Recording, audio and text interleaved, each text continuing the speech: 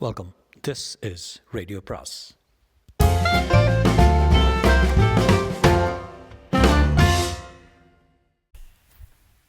அனைவருக்கும் அன்பு வணக்கம். ராஜேஷ்குமாரின் 1+1=0 அத்தியாயம் 23. விவேக் சொன்னதை கேட்டு தனக்கு பின்பக்கம் இருந்த சுவரை திரும்பி பார்த்தாள் மீனலோசனி. சுவரில் இருந்த கிராஃப்ட் போர்டில் அந்த போஸ்டர் குண்டூசிகளின் உதவியால் பொருத்தப்பட்டு பார்வைக்கு கிடைத்தது. அவள் உதட்டில் ஒரு சின்ன புன்னகை அரும்பியது. அது ஒரு விளம்பர போஸ்டர். சுடர்கொடி ஒரு கட்டுரை தொடரை எழுத ஆசைப்பட்டா அந்த கட்டுரைக்கான விளம்பர மாதிரி போஸ்டர் இது.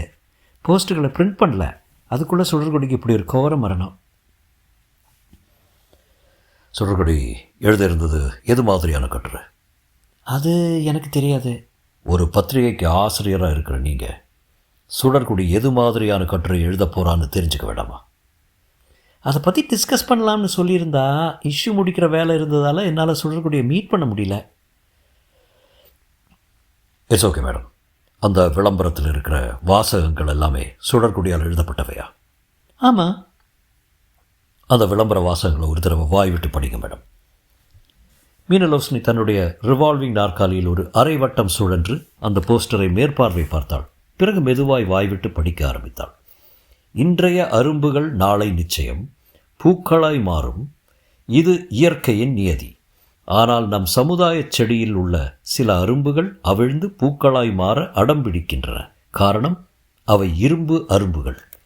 அந்த மென்மையான அரும்புகள் இரும்புகளாய் மாற யார் காரணம்? எது காரணம்? தெரிந்து கொள்ள அடுத்த இதழிலிருந்து சுடர்கொடி எழுதப்போகும் கோணல் கோடுகள் கட்டுரை தொடரை படியுங்கள். இது ஒரு அதிரடி தொடர்.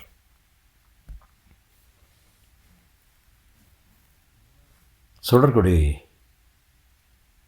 எழுதப்போகும் தொடரின் ஒவ்வொரு வார்த்தையும் ஒரு கூறீட்டுக்கு சமம். இந்த கூறீட்டுக்கு குறுமதியாளர்களின் நோக்கம் இரையாகி பலியாகும் என்பது சர்வ நிச்சயம். மீனலோசி அந்த விளம்பர வாசகங்களை படித்துவிட்டு விவேக்கை ஏறிட்டு பார்த்தாள். இந்த போஸ்டரில் எனக்கு எதுவும் அப்நார்மலாக இருக்கிற மாதிரி தோணலையே. சுடர்கொடி இது வரைக்கும் வலையோசை பத்திரிகையில் 4 கட்டுரை தொடர்கள் எழுதியிருக்கா. அந்த தொடர்களுக்கான விளம்பரங்கள் எல்லாமே இப்படிப்பட்ட வார்த்தைகளை கொண்டதாக தான் இருக்கும்.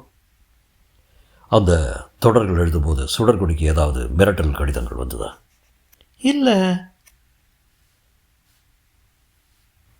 ஆனால் இந்த கோணல் கோடுகள் தொடர சுடர்கொடி எழுதவே ஆரம்பிக்கல. விளம்பர போஸ்டருக்கான மாதிரி மட்டுமே தயாரிக்கப்பட்ட நிலையில் அவள் கொலை செய்யப்பட்டிருக்கா. இது உங்களுக்கு நெருடலாம் இல்லையா? சாரி சார், நீங்கள் நினைக்கிற மாதிரி சுடர்கொடி கொலை செய்யப்பட்டதற்கும் அவள் எழுத இருந்த இந்த கோணல் கோடுகள் கட்டுரை தொடருக்கும் எந்த விதமான சம்மந்தமும் இருக்காதுன்னு என்னோட மனசுக்கு படுது. No madam, you're wrong. சம்மந்தம் இருக்கு. ஜபமாலை சொன்ன வார்த்தைகளில் முதல் வாக்கியம் என்ன? குர் நோக்கம். விளம்பர போஸ்டர் மாதிரியில் இருக்கும் கடைசியாக அந்த 4 வரிகளை மறுபடியும் படிங்க மேடம். மீனலோசி சற்றே எரிச்சலோடு படித்தாள். சுடர்கொடி எழுதப்போகும் தொடரின் ஒவ்வொரு வார்த்தையும் ஒரு கூறீட்டிக்கு சமம். இந்த கூறீட்டிக்கு குறுமதியாளர்களின் நோக்கம் இரையாகி பலியாகும். விவேக் குரலை தாழ்த்தினான். ஏதாவது பிடிபடுதா மேடம்? லேசா. என்னான்னு சொல்லுங்கள் பார்ப்போம். கூறீட்டி குறுமதியாளர்களின் நோக்கம். இந்த 2 வார்த்தைகளோட சுருக்கம்தான் அந்த குர் நோக்கம். அப்படின்னா குர் நோக்கம் என்கிற வார்த்தைக்கு என்ன அர்த்தம்? சாரி சார், தெரியல. It's okay madam. இந்த பத்திரிகை ஆஃபீஸில் சுடர்கொடிக்கும் இன்னும் ஏதாவது ஒரு அறை கொடுத்துருக்கீங்களா? ஆமாம், முதல் மாடியில் 2வது ரூமு. ஏதாவது அவசரமாக கட்டுரை எழுத வேண்டி வந்தால் சுடர்கொடி அந்த அறைக்கு தான் யூஸ் பண்ணுவாள். ஆனால் பெரும்பாலான நேரம் வெளியில் தான் இருப்பாள். நான் அந்த ரூமை பார்க்கலாமா மேடம்? Please come. மீனலோசனி எழுந்தாள். அவள் முன்னால் போய் கொண்டிருக்க விஷ்ணு விவேக்கின் காதலிகை கிசுகிசுத்தான். பாஸ் சொல்லு. இந்த மீனலோசனிக்கிட்ட ஏதோ தப்பு இருக்கு. என்ன தப்பு? எதையும் மறைக்கிறாங்க. குர் நோக்கம்னா என்னன்னு இந்த அம்மாவுக்கு தெரிஞ்சிருக்கு, ஆனால் தெரியாத மாதிரி நடிக்கிறாங்க. இல்லை விஷ்ணு, உன்னோட கெஸ் ஒர்க்கு கொஞ்சம் தப்பு. அந்த அம்மாவுக்கு எதுவும் தெரியாது. சுடர்குடி எழுதவிருந்த கோணல் கோடுகள் தொடர்கட்டுரை வெளியே இருக்கிற யாரோ சிலருக்கு பிடிக்கல. நாம் கண்டுபிடிக்க வேண்டியது அவங்கள தான். அது எப்படி பாஸ், நான் எதை கெஸ் பண்ணாலும் அதை தப்புன்னு சொல்கிறீங்க? நீ எதையுமே சரியாக கெஸ் பண்ண மாட்டேன்னு உனக்கே தெரியுமே. பாஸ், இது இன்சல்ட்டின் உச்சபட்சம். நான் இதை மேலிடத்தோட கவனத்துக்கு கொண்டு போகிறேன். ஏய், டிஜிபி கிட்ட போகிறியா இல்லை டிஜிபி கிட்டே போகிறியா? அதுக்கு மேலே யாருடா? ரூபலா மேடம். விஷ்ணு சொல்லிக் கொண்டிருக்கும்போது மீனலோசினி முதல் மாடியில் ஏறி அந்த அறைக்கு முன்பாய் நின்றபடி குரல் கொடுத்தாள்.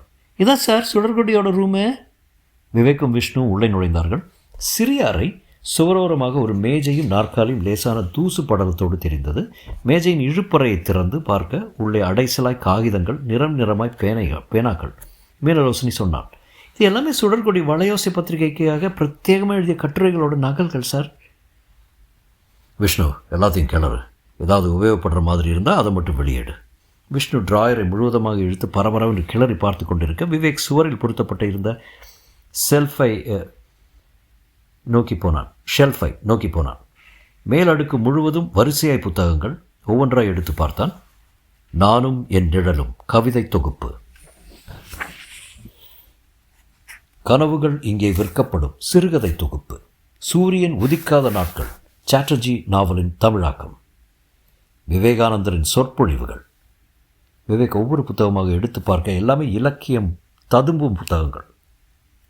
10வது புத்தகமாக அந்த கனமான புத்தகம் விவேக்கின் கைக்கு கிடைத்தது. சிவப்பு நிறத்தில் கேலிகோ பைண்ட் செய்யப்பட்ட புத்தகம். தலைப்பை படித்தான். ஸ்ரீ அஷ்டவராகி கால பைரவி மகாமந்திரம். கண்களில் வியப்பு வரவ புத்தகத்தின் முதல் பக்கத்தை புரட்டினான் விவேக். முதல் பக்கமே எச்சரித்தது, இந்த புத்தகத்தை முழுவதுமாய் படிக்கும் முன்பு குளித்துவிட்டு சுத்தமாய் வரவும். மது அருந்திவிட்டோ புகைப்பிடித்து கொண்டோ இந்த புத்தகத்தை படிக்கக்கூடாது. எல்லாவற்றுக்கும் மேலாக பெண்கள் அந்த 3 நாட்களில் இந்த புத்தகத்தை தொடவே கூடாது.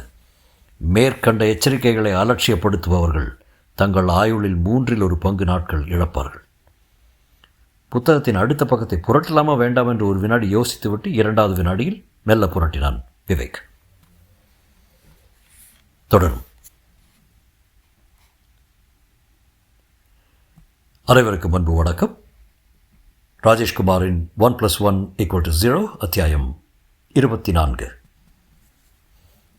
விவேக் அந்த ஸ்ரீ அஷ்ட வராகி கால பைரவி மகாமந்திரம் புத்தகத்தை புரட்டினான். முதல் 2 பக்கங்களில் துர்க்கையின் திருவுருவப் படமும் கால பைரவரின் படமும் லேமினேஷன் செய்யப்பட்ட தாள்களில் பளபளத்தது. விவேக்கின் விரல்கள் 3வது பக்கத்தை புரட்டியது. சிவப்பு வண்ண எழுத்துக்களில் வார்த்தைகள் வரி வரியாய் ஓடியது. விவேக் அந்த வார்த்தைகளை மெல்ல வாய்விட்டு படித்தான். சகல மந்திர சாப நிவர்த்தி, பரணாம் பிரதிஷ்டா மந்திரம், சகல யந்திரங்களுக்கும் மந்திரம், மந்திர காயத்ரி, யந்திர காயத்ரி, சகல தேவதாவசிய மந்திரம். இந்த 6 மந்திரங்களும் 21 முறை உச்சரிக்கப்பட வேண்டும். அப்போதுதான் சர்வ தேவாதி தேவர்களும் சர்வ ஜீவராசிகளும் மந்திரத்தை உச்சரிப்பவர்களின் வசம் அனைத்தும் வசியப்படும். விவேக் புத்தகத்தின் மற்ற புத்தகங்களை புரட்டிவிட்டு மீனலோசனியிடம் திரும்பினான். இப்படி ஒரு புத்தகம் சுடர்குடிக்கிட்டு இருக்கிற விஷயம் உங்களுக்கு தெரியுமா மேடம்? மீனலோசனி அந்த புத்தகத்தை வாங்கி பார்த்துவிட்டு ஒரு பெருமூச்சோடு தலையாட்டினான். தெரியாது, ஆனால் ஒரு விஷயம் எனக்கு கொஞ்சம் நெருடலாக இருக்கு. என்ன? சுடர்குடிக்கு கடவுள் நம்பிக்கை அறவே கிடையாது. கடவுள் பெயரால் யார் எந்த மோசடியை பண்ணினாலும் தீப்பொறி பறக்க ஒரு கட்டுரை எழுதிடுவா. ஸோ அவள் இப்படி ஒரு புத்தகத்தை வாங்கி இருக்கவே மாட்டா. ஐ ஷோர் மேடம். இதில் பொய் சொல்ல என்ன இருக்குது? நோ மேடம், நீங்கள் பொய் சொல்கிறீங்கன்னு நான் சொல்ல வரல. ஆனால் இந்த புத்தகத்தை சுடர்குடி தான் வாங்கியிருக்கா என்கிற உண்மையை நீங்கள் நம்பியாகணும். அதுக்கான ஆதாரம் இருக்கா? ஆதாரமா? என்ன ஆதாரம்? இதை பாருங்கள் மேடம், இந்த புக்கை சுடர்குடி வாங்கியதற்கான பில்லு சொன்ன விவேக் தன் கையில் வைத்திருந்த அந்த சிறிய தாளை நீட்டினான். மீனலோசனி அதை வாங்கி பார்த்தால் அவளுடைய வலது புருவம் மட்டும் சற்றே மேலேறியது. மேற்கு மாம்பலத்தில் இருக்கும் அமராவதி பதிப்பகத்திலிருந்து சென்ற மாதம் 7ஆம் தேதி சுடர்குடியின் பெயருக்கு பில் போடப்பட்டு அந்த புத்தகம் 150 ரூபாய்க்கு வாங்கப்பட்டிருந்தது. மீனலோசனி குழப்பத்தோடு கேட்டான், இந்த பில் உங்களுக்கு எப்படி கிடைச்சது சார்? புக்கை புரட்டி பார்த்துட்டு இருக்கும்போது 2 பக்கங்களுக்கு நடுவே இருந்த பில் இருந்தது. சரி, சுடர்கொடி இந்த புத்தகத்தை விலை கொடுத்து வாங்கினதாகவே வச்சுக்குவோம். இந்த விஷயத்துக்கும் அவள் கொலை செய்யப்பட்டதுக்கும் ஏதாவது சம்மந்தம் இருக்குன்னு நினைக்கிறீங்களா? லேசா. எனக்கு புரியல சார். லேசானா எந்த அளவுக்கு? கடவுள் நம்பிக்கை அறவே இல்லாத சுடர்கொடி இந்த ஸ்ரீ அஷ்ட வராகி கால பைரவி மகாமந்திரம் புத்தகத்தை விலை கொடுத்து வாங்க வேண்டிய அவசியம் என்ன? எனக்கு தெரியல, நீங்கள் என்ன நினைக்கிறீங்க? எனக்கும் தெரியாது மேடம். ஆனால் அதுக்கான காரணத்தை மட்டும் கண்டுபிடிச்சிட்டா கொலையாளி இருக்கிற திசையை உறுதிப்படுத்திடலாம். விவேக் சொல்லிக்கொண்டு இருக்கும்போது விஷ்ணு பக்கத்தில் வந்தான். பாஸ், இது ஒரு செகண்ட் பாருங்க. சொன்னவன் தன் கையில் வைத்திருந்த அந்த வாழ்த்து அட்டையை காட்டினான். இது ஒரு பிறந்தநாள் வாழ்த்து அட்டை பாஸ். இதை யார் யாருக்கு அனுப்பியிருக்காங்கன்னு பாருங்கள். விவேக் வாங்கி பார்த்தான். ஸ்கெட்ச் பேனா வார்த்தைகளை பிரசவித்திருந்தது. 1991 பிறக்க 7 நிமிஷங்கள் இன்னமும். உயிரோடு இருந்தபோது என்னுடைய தங்கையாய் நீ பிறந்தாய், தங்கையாய் வளர்ந்தாய். ஆனால் இந்த 2017 நீ ஒரு வீர மங்கையாய் உருவாகி கொண்டிருக்கிறாய். உடம்பில் நீ ஒரு பெண், ஆனால் உள்ளத்தால் ஆண். இருந்தாலும் உன்னை மனக்கோலத்தில் பார்க்க விரும்புகிறேன். 2018 பிறப்பதற்குள் என்னுடைய ஆசை நிறைவேறுமா? இனிய பிறந்த தின வாழ்த்துக்களோடு உன்னுடைய அண்ணன் திலீபன். விவேக் லேசாய் முகம் மாறி விஷ்ணுவை பார்த்தான். அவனுடைய காதோரம் மெல்ல குரலை தாழ்த்தினான். என்னடாது? அதான் பாஸ், எனக்கும் குழப்பமாக இருக்கு. ராஜா அண்ணாமலைபுரத்தில் இருக்கிற சுடர்கொடியோட வீட்டை நாம் சோதனை போட்டும்போது அங்கே கிடைச்ச பலான விஷயங்களை அவங்க 2 பேரோட உறவை சந்தேகப்பட வச்சுது. ஆனால் இந்த அட்டை திலீபனும் சுடர்கொடியும் அண்ணன் தங்கையான்னு சத்தியம் பண்ணுதே. இருக்கிற குழப்பமும் போதாதுன்னு இது வேற. நம்ம மீனா கிட்ட இதை பற்றி கேட்டுடலாமா பாஸ்? யாரா மீனா? வாங்க பாஸ், பேரை சுருக்கி செல்லமாக கூப்பிட்டா உடனே ஆழை மறந்துடுறீங்க. பக்கத்தில் நிற்கிற மீனலோசனையை சொன்னேன் பாஸ். விவேக் விஷ்ணுவை முறைத்துவிட்டு மீனலோசனியிடம் திரும்பினான். மேடம், அன்னைக்கு உங்ககிட்ட விசாரணை பண்ணும்போது சுடர்கொடிக்கு அப்பா அம்மா இல்லை, அண்ணா ஒருத்தர் மட்டும் இருக்கிறதா சொன்னீங்க. ஆமாம். சுடர்கொடியோட அண்ணன் நீங்கள் பார்த்துருக்கீங்களா? இல்லை, அவரோட பேர் கூட எனக்கு தெரியாது. சுடர்கொடி சொல்லித்தான் அவளுக்கு ஒரு அண்ணன் இருக்கிற விஷயமே தெரியும். மீனலோஸ்லி சொல்லிக் கொண்டிருக்கும் போதே அரைவாசல் அருகே அந்த குரல் கேட்டது. சார்! விவேக் திரும்பி பார்த்தான். அந்த இளம்பெண் ஆரஞ்சு வண்ண சுடிதாரில் கருப்பு துப்பட்டாவோடு கதவோரமாக தயக்கத்தோடு நின்றிருந்தால் மெலிதான குரல் பேச ஆரம்பித்தார். சார், என்னோடய பேர் வானதி. இதே பத்திரிகை ஆஃபீஸில் கம்ப்யூட்டர் செக்ஷனில் இருக்கேன். நான் உங்கள் கூட கொஞ்சம் பேசணும். மீனலோஸ்னி பதட்டம் அடைந்தவளாய் வானதியை நோக்கி போய் அவளுடைய தோளின் மீது கையை வைத்தாள். வானதி, நீ இப்போ எதுக்காக இங்கே வந்த? இவங்ககிட்ட என்ன சொல்ல போகிற? சாரி மேடம், உங்களுக்கே தெரியாத சில விஷயங்களை நான் சொல்ல வேண்டிய நேரம் இது. எனக்கே தெரியாத உண்மைகளா? மீனலோஸ்னி கண்களை இமைக்க மறந்து சற்றே பிளந்த வாயோடு திகைத்து கொண்டிருக்க வானதி விவேக்கை நெருங்கினாள். தன் கையில் வைத்திருந்த சற்றே பெரிதான ஒரு பிரவுன் கவரை நீட்டினாள். இதை திறந்து பாருங்க சார். விவேக் குழப்பத்தோடு அந்த கவரை வாங்கி அதன் வாய்க்குள் 2 விரலை நுழைத்து உள்ளே இருந்ததை வெளியே இழுத்தான். அது ஒரு ஃபோட்டோ. பார்த்தான். ஒரு ரயில்வே ஸ்டேஷனில் பிளாட்ஃபாரத்தில் ஒரு பெண் வெட்டப்பட்டு இரத்த சகதியில் விழுந்து கிடக்க ஃபோட்டோவோடு இணைக்கப்பட்டிருந்த வெள்ளைத்தாளில் அந்த வார்த்தைகள் தமிழில் டைப் செய்யப்பட்டிருந்தது. அன்புள்ள சுடர்கொடிக்கு சித்திரகுப்தன் எழுதி கொண்டது. இப்போது நீ பார்த்து கொண்டிருக்கும் இந்த ஃபோட்டோ வடநாட்டில் உள்ள போபால் ரயில்வே ஸ்டேஷனில் 2 வருஷங்களுக்கு முன் எடுக்கப்பட்டது. இவள் யார், ஏன் எதற்காக இவ்வளவு கோரமாக கொடூரமாக கொலை செய்யப்பட்டாள் என்கிற விவரமெல்லாம் உனக்கு வேண்டாம். இந்த ஃபோட்டோவை மறுபடியும் ஒரு தடவை நன்றாக பார். இதே மாதிரியான ஒரு நிலைமை உனக்கு ஏற்படாமல் இருக்க வேண்டுமானால் உனக்கு சம்பந்தமில்லாத விஷயங்களில் தலையிடாதே. உன்னுடைய பத்திரிகையில் சமையல் செய்வது எப்படி, கோலம் போடுவது எப்படி, விதவிதமான ரசப்பொடிகள் செய்வது எப்படி போன்ற கட்டுரைகள் மட்டும் எழுதி பெண்குலத்துக்காக பாடுபடவும். விவேக் படித்துவிட்டு அதிர்ந்து போனவனாய் வானதியை பார்த்தான். அவள் பயந்த குரலில் சொன்னாள். சார், இந்த கவரு என்னோடய கைக்கு எப்படி வந்ததுன்னு உங்களுக்கு ஆச்சரியமாக இருக்கும். ஆமாம், இது எனக்கு கொடுத்தது யார் தெரியுமா சார்? யார்?